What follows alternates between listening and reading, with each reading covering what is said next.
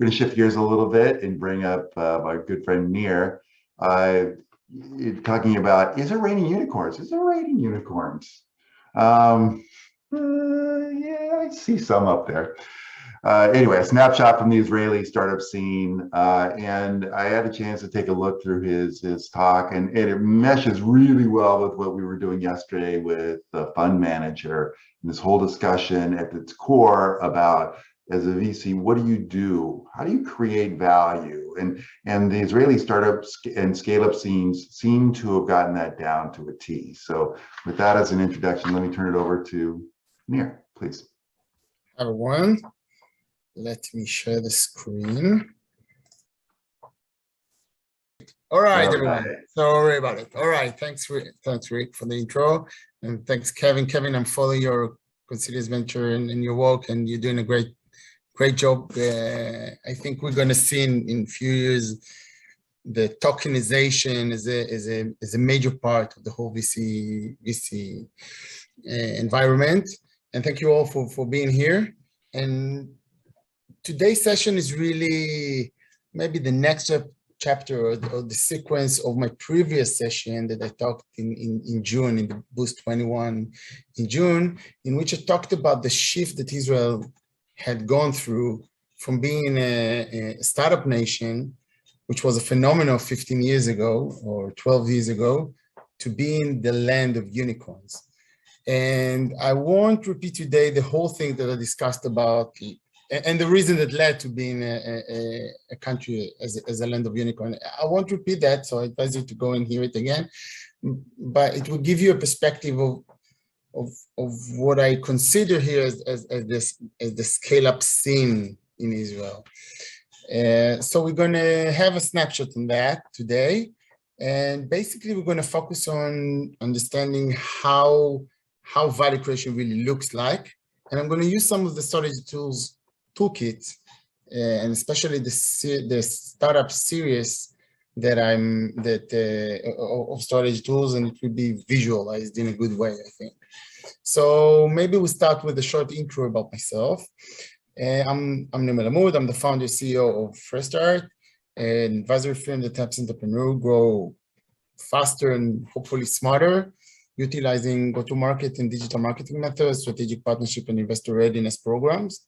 Also, I have more than 17 years of experience working with some B2B, B2C clients, global facilitation of projects, and I'm really enjoying being in the last year or so, maybe year and a half, part of this amazing strategy tools partner network. A bunch of smart people that always learn new things. It's amazing. So let's start. So things haven't changed. I mean, some things haven't changed in the last half year. And the basic thing is that Israel is a tiny country, ranked 96 in the world in population. It's much smaller than the major economies in the world.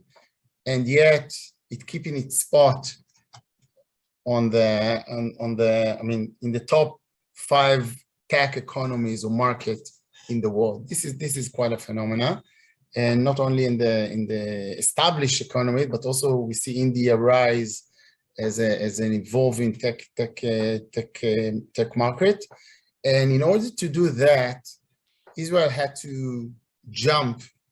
The 11.4 billion investment in tech investments was a record last year, and we increased in a 134% compared to that, to a mesmerizing 25.4 billion.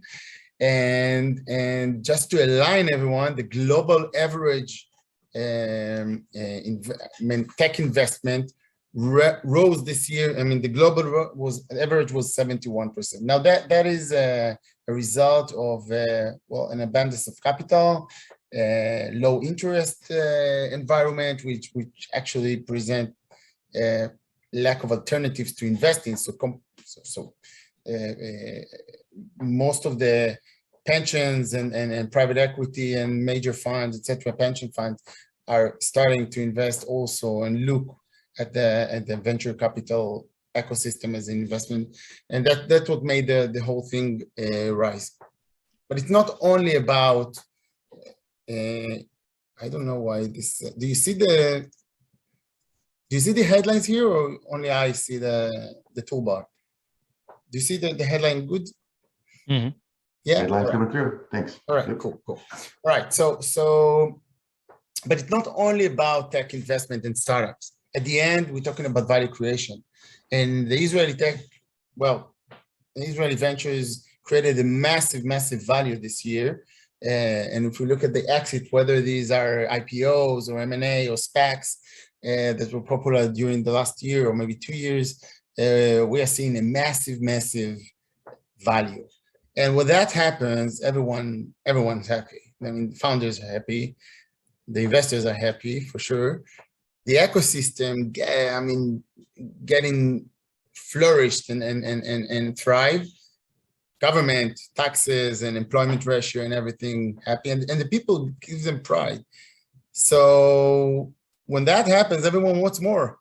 And what happens in Israel is that most entrepreneurs become serial entrepreneurs, which is very common.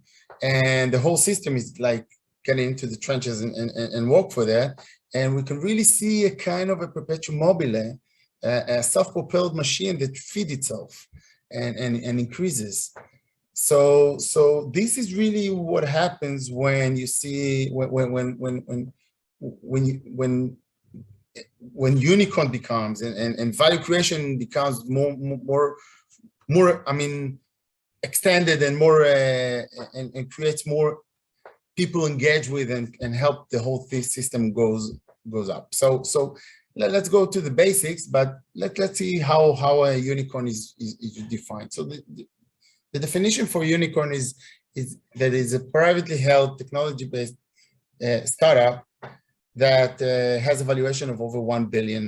Now, in the past, it was very rare to find a privately held company that is worth more than $1 billion, and that's why they called it a unicorn, which is a rare animal and a creature. And in 2013, there were 39 unicorns globally. In 2018, there were 206 unicorns globally. Now, Rick, you looked for unicorn reign somewhere above you, but today's globally, there is a reign of unicorns. We're talking about more than 1,000 unicorns globally, out of which 9.5% comes from Israel. Now, you have to bear in mind that when a company exits or having a SPAC or IPO'd, it's no longer considered as a unicorn because publicly held, and so this current number, it's updated to the end of 2021, means that we distracted last year's unicorns that become public or exited, and these are a new or current 101 Israeli unicorn. So basically 41 new Israeli unicorns in 2021. Most of them comes from the fintech, AI, cybersecurity is usually related to I talked about a little bit in my previous session. We're talking about the army that brings in talented and disciplined people and all the time, and these topics are related to military domains, but we do see some rise in the remote work, okay, and also the climate tech. You can see here Tomorrow.io, which is well, I would say a SaaS or operating system for dealing with climate aspect. It's a strong unicorn that's going to play a big role, I think, in the climate ecosystem. You're going to hear that, but the climate is still, Israel is not considered as a strong market as Europe, for example. But without doubt, this is a huge amount of value that stays in the country with 41 unicorns, and it increases the employment ratio and everything, taxes. So it's really massive. Now that leads to the question of what is needed to create a unicorn. And in my view, at the end, it comes down to two essences that contains more within them, but two essences. One, you have to have right from the start a strong forward-thinking vision, and the other is having a superb execution. Now, when talking about strong forward-thinking vision, you have to, right from day one, to think global. Now, Israel is a small market, so Israelis entrepreneurs don't think of the local market as the target market. They right from the start think about the US or the Europe or the Asian market, and they aim from that. So this is like the first basic thing. You have to think big. You have to have a strong vision. This is one thing. The second thing is really about the belief, or we could call it also a maturity thing, because the Israeli entrepreneurs saw Waze being bought by Google in 2013 by more than $1 billion, and they saw Wix, which is a $16 billion valuated company, and Mobileye, which was acquired by Intel at a $15 billion. And so they see these success stories. They see Lemonade, they see JFrog, they see eToro, lots. So the barriers are really, the belief is there, the maturity is there, the aim for that. And the third part, I think, that helps this forward thinking and the big vision mentality is really this layer of mentors or coaches that help these entrepreneurs right from the start. And just to remind everyone, we're talking about in Israel more than 450 accelerators, for example. And most of the accelerators, I think 90-something% out of those, are working with mentors that work for pro bono, in a pro bono way, meaning these are serial entrepreneurs or previous entrepreneurs that help on their free time with professional help and visionary help to those early stage entrepreneurs. So this is a lot of value injected to the startups right from the start. So this is one thing, and this is an ecosystem thing. The second thing is really about dealing with the superb execution, and most of those 41 that you've seen, most of them are serial entrepreneurs based. And why is that happened? Because when you understand the process the process that the company goes through from being, few workers or maybe tens of workers to being a hundreds or thousand employees in a scale of 3 years or 4 years, that the hyper growth that requires ability, and you need to know this process. You need to been there and done that. So this is a rare ability elsewhere in the world, maybe the Silicon Valley and I think the UK market is also good at that.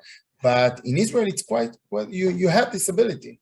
You have many serial entrepreneurs that have been there and done that. And Israel is accessible. It's a small country. We call it the country, the city of Tel Aviv, or the country of Tel Aviv, we call it, because it's a center, it's a focal point. And that's more, now fund attraction, you have to understand that out of the $25 billion that were invested this year, more than 70% is actually global money that comes in.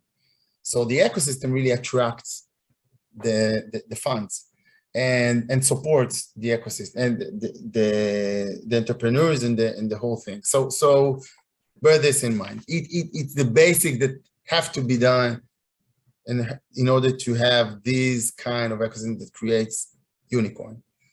Now, what I like about the strategy tools, mindset and toolkits and everything is that it's built on the long-term value creation mindset.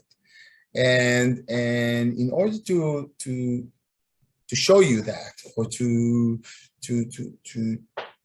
help you understand how a value creation of a company really looks like, I'm going to use these tools and how does it look like when a value creation is created to all stakeholders. And I'm going to do that by looking at monday.com. Now, I guess most of you know this company. Probably you've seen some advertisements and stuff, but if you not, it's basically a collaboration workflow tool, project management, but it's a theme-based project management for it started as an enterprise tool, but it now could be from startups to I know Fortune 500 company, maybe larger than that. And it started they started to solve a problem of helping teams deal with the hyper growth. Okay, this is how they started. Now let's try to see how value creation really looks like by going through the stages of monday.com.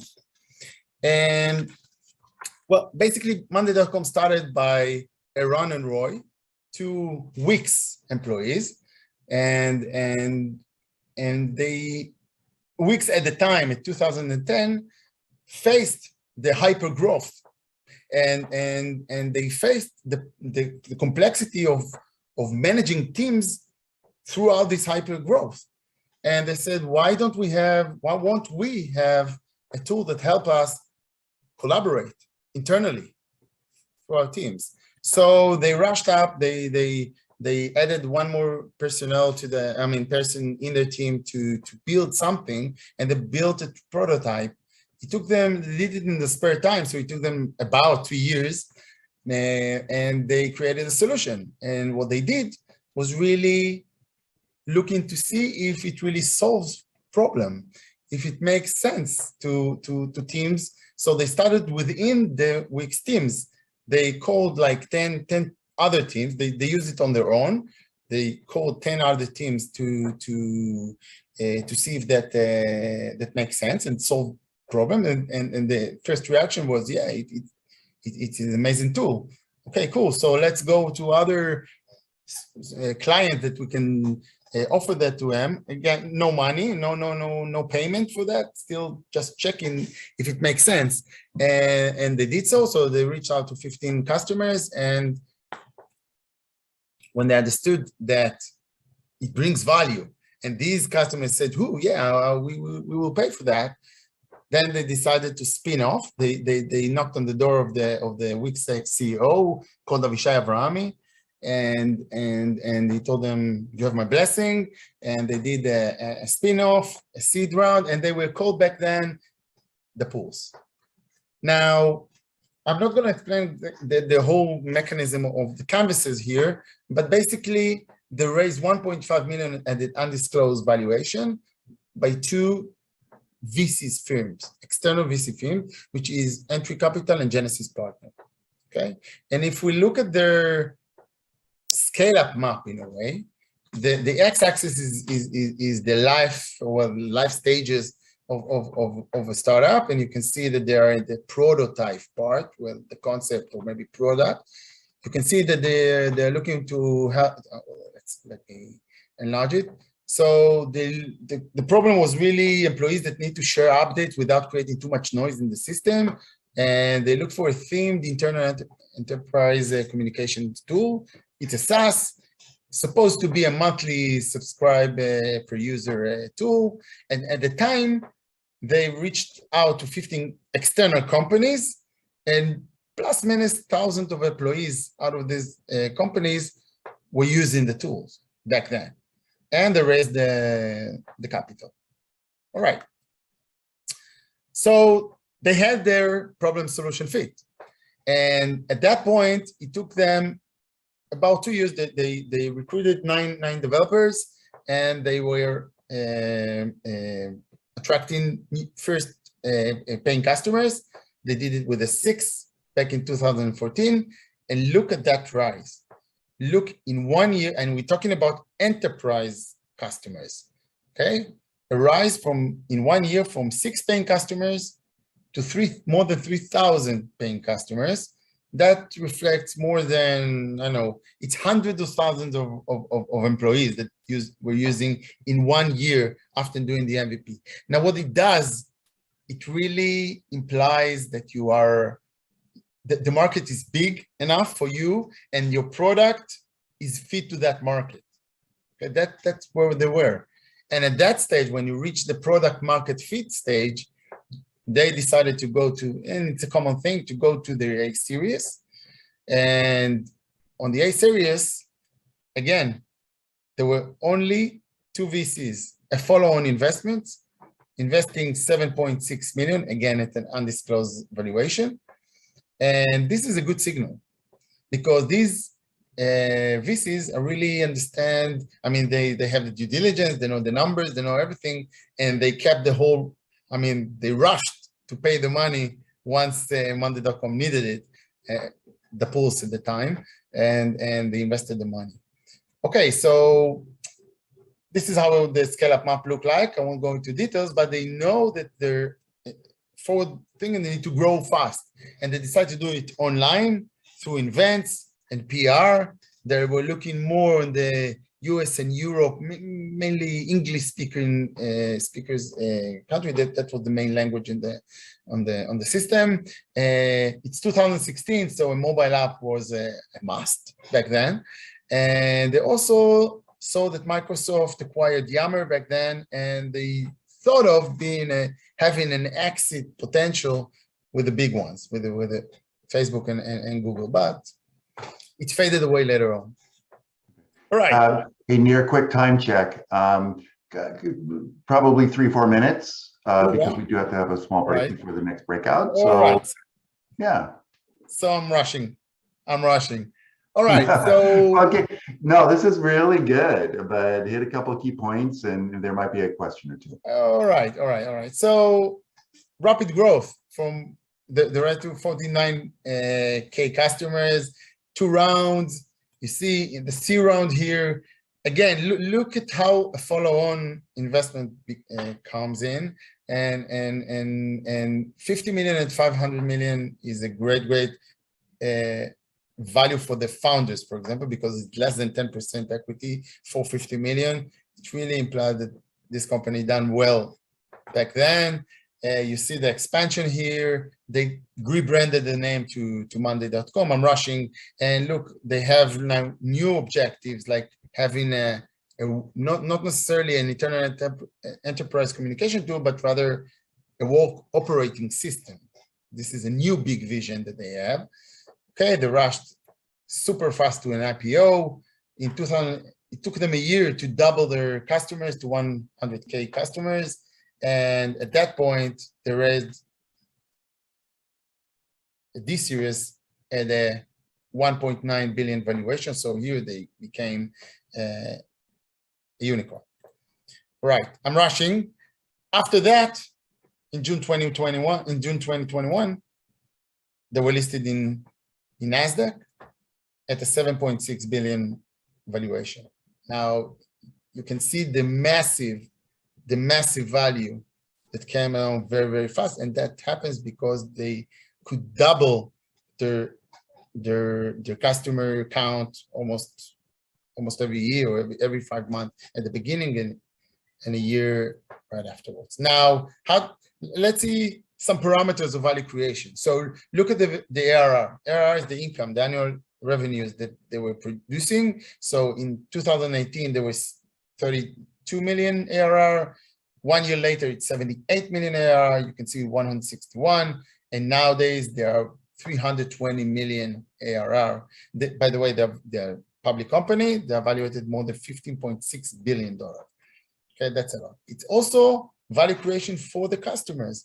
And it's really, you can look at it at the count of work actions per user. So how many actions a single user do in a month or in a year. So you can see here for rise from 43 to 77K actions in the system. That means value created for the customers. Also for the investors. So you can see here the different investors and distribution of the cap table at the IPO, but look at these multipliers here, 30x for Insight Partners. If you recall, they were joining to the rounds only in the B round or C round over there, not to the initial, and they still got 30x on their money. 30x at billions valuation. So, and that in the IPO, now it's double than the IPO. Okay, that's a massive, massive value creation. And I think the most important part is really understand the vision.